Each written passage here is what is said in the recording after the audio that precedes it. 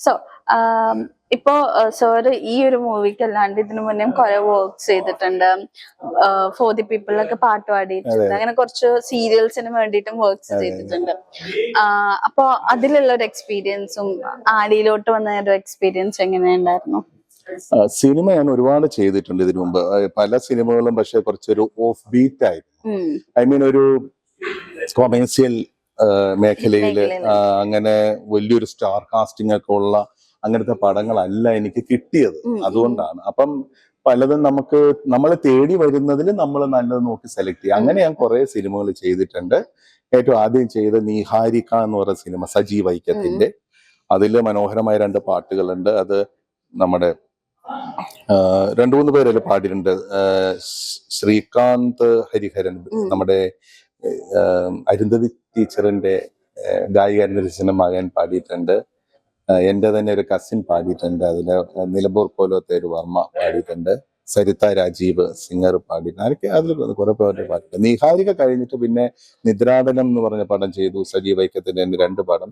പിന്നെ എത്രയോ കുറെ പടങ്ങൾ. അതിൽ വളരെ എനിക്ക് തൃപ്തി തന്ന പടങ്ങളിൽ ഒന്ന് പുഴയമ്മ എന്ന് പറഞ്ഞിട്ട് ഗോകുലം ഗോപാലൻ സാറിന്റെ പ്രൊഡക്ഷനിലെ പുഴയമ്മ, വിജീഷ് മണി സംവിധാനം ചെയ്തു. അത് പുഴകളെ കുറിച്ചിട്ടുള്ള ഒരു പരിസ്ഥിതി ചിത്രമായിരുന്നു. അത് വളരെ അതിന്റെ വയലാർ ശരത്ചന്ദ്രവർമ്മയുടെ ശരത്തിയന്റെ വരികളായിരുന്നു. അതിൽ 3-4 പാട്ടുണ്ട്. അതിൽ വൈക്കം വിജയലക്ഷ്മി പാടിയിട്ടുണ്ട്.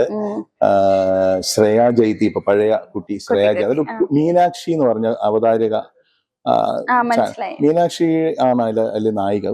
ഒരു കുട്ടിയുടെ ക്യാരക്ടറായിരുന്നു. പിന്നെ തമ്പി ആന്റണി, മറ്റേ ബാബു ആന്റണിയുടെ ചേട്ടനും, അങ്ങനെ വലിയൊരു ടീമുണ്ട്. അപ്പൊ വിജീഷ് മേനയുടെ സംവിധാനത്തിൽ ചെയ്ത അതിനകത്ത് കുറച്ച് പാട്ടുകൾ അതിന്റെ ബാക്ക്ഗ്രൗണ്ട് സ്കോറും ചെയ്തിട്ടുണ്ട്. അപ്പൊ അതൊരു നല്ലൊരു അനുഭവമായിരുന്നു. അതിൽ കുറെ നല്ല പാട്ടുകളൊക്കെ ഉണ്ട്.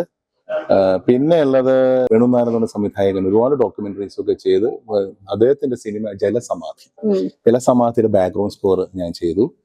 പിന്നെ AB അനൂപ് മെഡിമിക്സിന്റെ ഒക്കെ ഓണറായ AB അനൂപും അവരുടെ ഒരു കൂട്ടായ്മയും ചേർന്ന് വിശ്വഗുരു എന്ന് പറഞ്ഞ ശ്രീനാരായണ ഗുരുദേവനെ കുറിച്ചിട്ട് ഒരു ബയോ എപ്പിക് മൂവി ചെയ്തിരുന്നു. അതിന്റെ സംഗീതം അത് ഗിന്നസിലൊക്കെ അത് വന്നിട്ടുണ്ട്.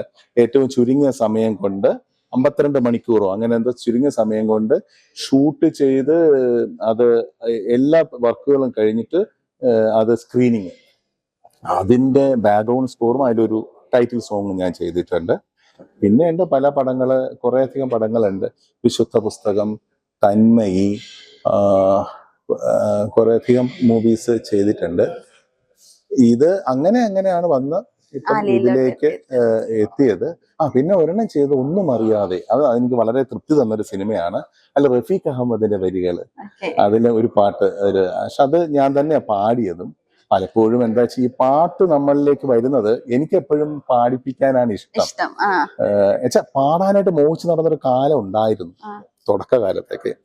അന്ന് ഗായകനാവും എല്ലാവരും ദാസേട്ടൻ എന്ന് പറയുന്ന ഒരു അത്ഭുത പ്രതിഭാസത്തിന് മുമ്പിൽ അതുപോലെ പാടാൻ പറ്റുമല്ലോ, അങ്ങനെയെങ്കിലും ഒക്കെ നമുക്ക് എവിടെയെങ്കിലും എത്തണ്ടേ എന്ന് വെച്ചാൽ അങ്ങനെ ഒരു മോഹമുള്ള ഒരുപാട് ഗായകരുണ്ട്. അപ്പൊ അക്കൂട്ടത്തിൽ ഞാനും ഉണ്ടായിരുന്നു.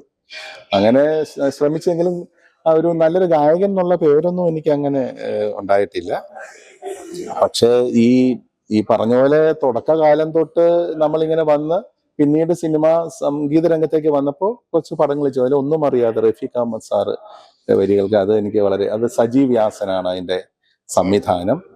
അങ്ങനെ കുറെ പടങ്ങളുണ്ട്. ഏതെങ്കിലും വിട്ടിട്ടുണ്ടോ എന്നറിയില്ല. ഇത് ചിലത് കേൾക്കുമ്പോൾ എന്റെ ഫ്രണ്ട്സിനെ അയ്യോ എന്നാലും അദ്ദേഹം എന്റെ ആ പടത്തിന്റെ പറഞ്ഞില്ലല്ലോ ഒന്നും തോന്നരുത്, ഓർമ്മ ഇനി ലിസ്റ്റ് എടുത്ത് നോക്കണം, അല്ലെങ്കിൽ ഏതൊക്കെ കുറെ പടങ്ങളുണ്ട്.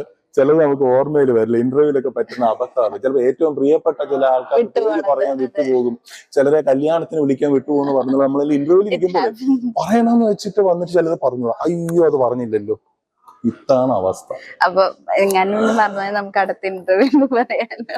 അതെ അടുത്ത ആരെങ്കിലും വിട്ടുപോകേണ്ട അടുത്തത് പറയാം, ഒരുപാടുണ്ടെന്നേ.